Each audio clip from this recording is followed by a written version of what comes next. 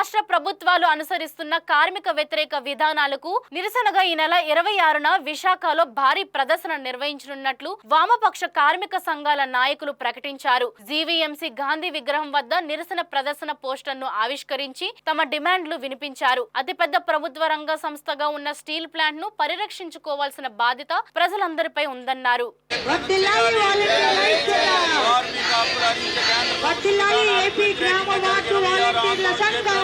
ఈరోజు 2002 నుంచి నేటి వరకు కూడా అనేక దఫాలు కేంద్రంలో నరేంద్ర మోడీ అధికారంలోకి వచ్చిన తర్వాత కార్మిక హక్కులు హరించే విధంగా ముందుకు పోతున్నాం. ప్రధానంగా స్వాతంత్రం వచ్చిన తర్వాత 44 కార్మిక చట్టాలు వచ్చాయి.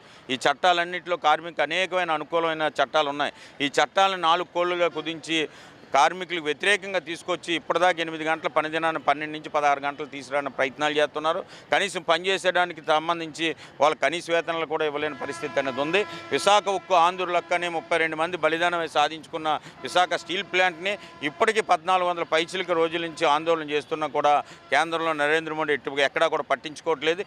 రెండు బ్లాక్ ఫర్నిచర్స్ ఏవైతున్నాయో 2 కూడా మూసేశారు. మూడోది కూడా సగం తిరగలేని పరిస్థితి ఉంది. కార్మికులు కూడా పని లేకుండా పోయింది.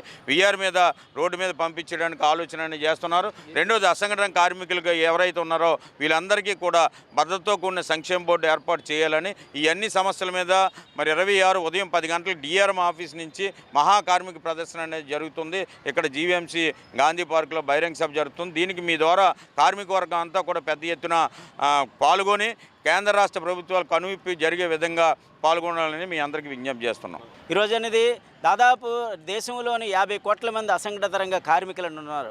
వాళ్ళందరికీ ఒక సంక్షేమ బోర్డుని కానీ సంక్షేమ విధానాన్ని కానీ ప్రకటించడానికి ఇప్పటికీ లేదు. అలాగే కనీస వేతనాలు 26,000 రూపాయల కనీస వేతనం ఇవ్వాలని, సమాన పనికి సమాన వేతనం ఇవ్వాలనేసి మేము డిమాండ్ అనేది సుప్రీంకోర్టు డైరెక్షన్ అనేది ఉంది.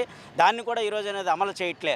అందువల్ల యజమానులకి అనుకూలంగా ఈరోజు కార్మిక చట్టాలను అనేది మార్పులు చేసి వాళ్ళకి ప్రయోజనాలను కాపాడే విధంగా ఈరోజు అనేది యజమానుల ప్రయోజనాలు కాపాడే విధంగా కేంద్ర ప్రభుత్వం అనేది ఉంది.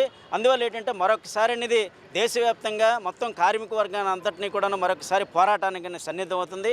ఈ నెల 26వ తారీఖున దేశవ్యాప్తంగా అన్ని రాష్ట్రాల్లో అన్ని జిల్లాల్లో కూడా నిరసన ప్రదర్శనలు కార్యక్రమాలు అనేది నిర్వహిస్తామని తెలియజేస్తా ఉన్నాం.